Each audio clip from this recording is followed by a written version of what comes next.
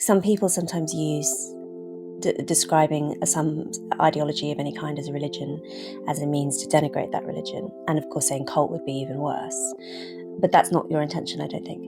No, it's not my intention. My intention is to point out that it is a belief system, and as a belief system, and we living in a multicultural, pluralistic society, that we can accept that some people believe this, but we also must take account of people who don't.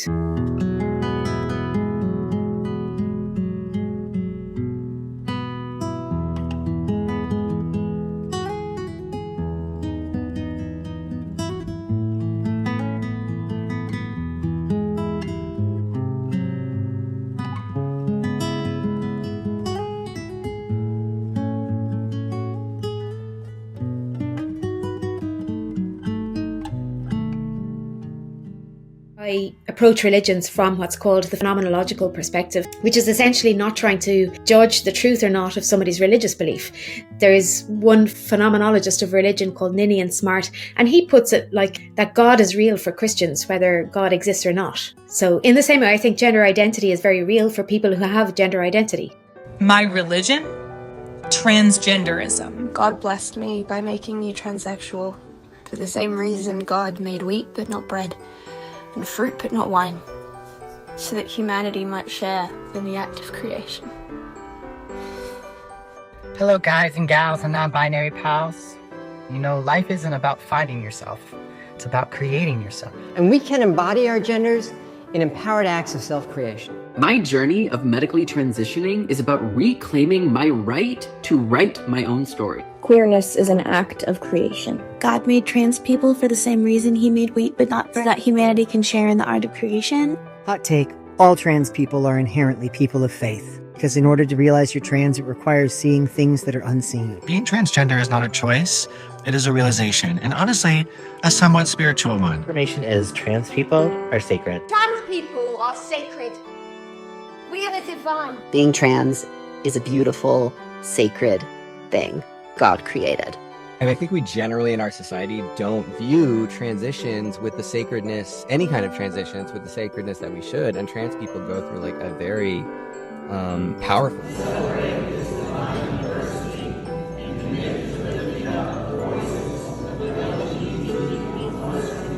God is trans. God is gender non-binary. God is a relational process of evolution, technical evolution, biological evolution. I believe in the non-binary God whose pronouns are plural. Whether gender identity is real or not is a different matter, but I just don't think everybody should be compelled to believe or prioritize gender identity or to display pronouns, all of the associated things that go with it. There are some interesting parallels. There are so many parallels, actually. I mean, you know, there's the emotional aspects of it, there's the ethical aspects of it, and there's the intellectual aspects of it, which all have religious parallels. And whilst I say it is a new religion, I also think it's different to many of the religions. I would classify it actually as a political religion in that it is trying to change policies and law. New state law goes into effect. It would ban pride flags from public buildings like schools or city halls. But tonight, the Salt Lake City Council approved a workaround, incorporate the pride flag into an official variant of the city flag. Here's the reason Mayor Erin Mendenhall gave. Let the Sago Lily send a simple but powerful message. Salt Lake City is here for you. We believe in you, and we love you. All those in favor? Aye. Aye. Anyone opposed? So that is a unanimous support. The foundational aspect of it really is this concept of gender identity, which is scientifically unfalsifiable. It's this internal subjective sense of self. There's no empirical proof that such a thing exists.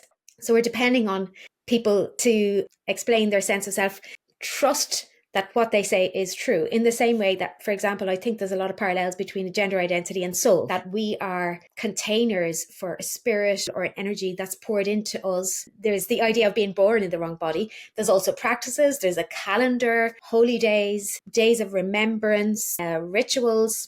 The idea of transformation. In Catholicism, there's the idea of transubstantiation. The bread and wine become the literal body and blood. So there's the idea that a man's body can become a woman's body, or a woman's body can become a man's body. There is bodily modification.